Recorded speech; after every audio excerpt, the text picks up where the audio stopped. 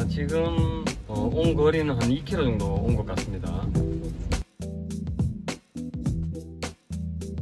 지금 배터리가 44%인데요. 자, 초단거리 한 4km 우리가 일상생활에서 하는 그 정도의 전배를 한번 측정해 보도록 하겠습니다.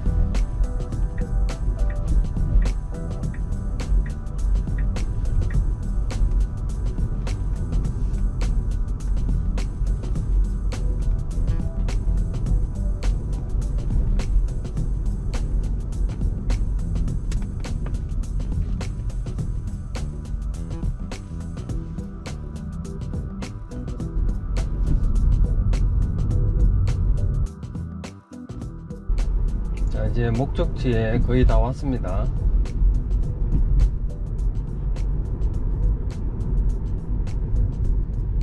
자, 이 정도 거리에서는 4km 거리를 오는데 3% 정도 빠졌잖아요. 제 경험상으로는요, 일반 생활에서 아이들을 어린이집이나 유치원에 태워주고 바로 집에 온다든지, 아니면 출근길 자체가 아주 짧으신 분들이나 동네 마실 수준으로 우리가 평상시에 주행하는 경우도 상당히 많을 건데요, 이럴 경우에 배터리 소모가 이제 어떻게 되는지 제가 경험상으로 보면, 기존 내연기관일 때도 왜 우리가 시동을 껐다 켰다 자주 하면 기름을 많이 먹는다, 이런 거를 경험을 했거나 그런 말을 많이 들어본 적이 있을 텐데요, 비슷하다고 보시면 됩니다. 제가 경험을 해본 결과 고속주행일 때도 마찬가지였고요. 예를 들어서 고속주행인 경우에도 처음에 100% 채워서 출발을 하는 경우에도 출발하고 거의 한 10km에서 30km 정도 사이에서는 배터리 닳는 게 눈에 보일 정도입니다. 내연기관으로 따지면 왜 기름 닳는 게 눈에 보인다고 하듯이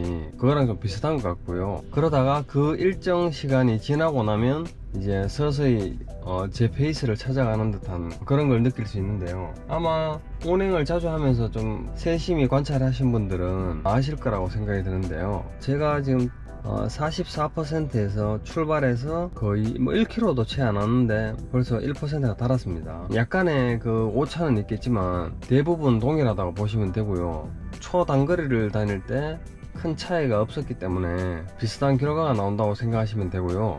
목적지가 4km라고 했을 때 2km 지점 정도 오면 또다시 1% 정도가 닳습니다.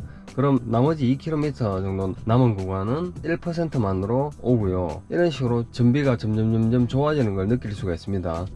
이 부분은요, 시내 주행인데도 전비가 좋지 않다는 분들이 생각보다 실제로 타고 다니시면 느끼는 분들이 꽤 있을 수도 있는데요, 이 짧은 기간을 운행을 하게 되면 그 사용자 오너 입장에서는 충분히 그렇게 느낄 수가 있습니다. 시간이 지날수록 이제 그 배터리도 예열이 되고, 우리가 왜 내연기관에서 엔진이 예열된다고 하듯이 배터리도 어느 정도 예열이 되고 거리도 점점 늘어나면서 전비라든지 효율이 증대한다고 저는 생각을 하는데요, 이게 하루에 아주 극히 짧은 거리만 운행을 하게 되면요, 휘발유 차도 마찬가지지만 이 거리는 짧은 대신에요, 또 기간이 길기 때문에 거기서 또 충전하는 주기가 그만큼 길어진다는 뜻인데요, 휘발유 차도 보통 마찬가지입니다. 짧게 이렇게 운행을 하면 연비가 극도로 줄어들고, 그리고 고속주행을 하면 늘어나듯이 그거랑 유사하다고 생각하시면 되는데요, 지금 전기차 같은 경우에도 조금은 다를 수 있지만 거의 그런 패턴을 보인다고 보시면 되겠습니다. 저는 이 부분을 배터리 예열과 어느 정도 워밍업이 된 상태에서, 제가 지난번 영상에서도 배터리 효율에서도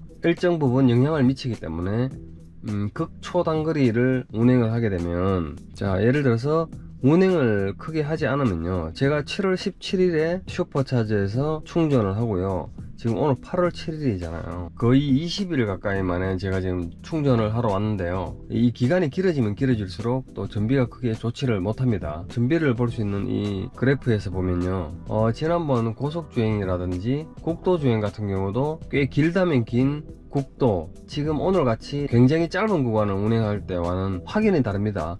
이 그래프에서도 볼 수 있는데요, 시내 주행인데 좀 긴 구간, 자동차 전용 도로를 달린다든지 출퇴근 시간이 뭐 1시간 정도, 적어도 30분, 이런 케이스하고 지금처럼 짧은 구간하고는 전비 차이가 확연히 많이 난다고 생각하시면 되고요.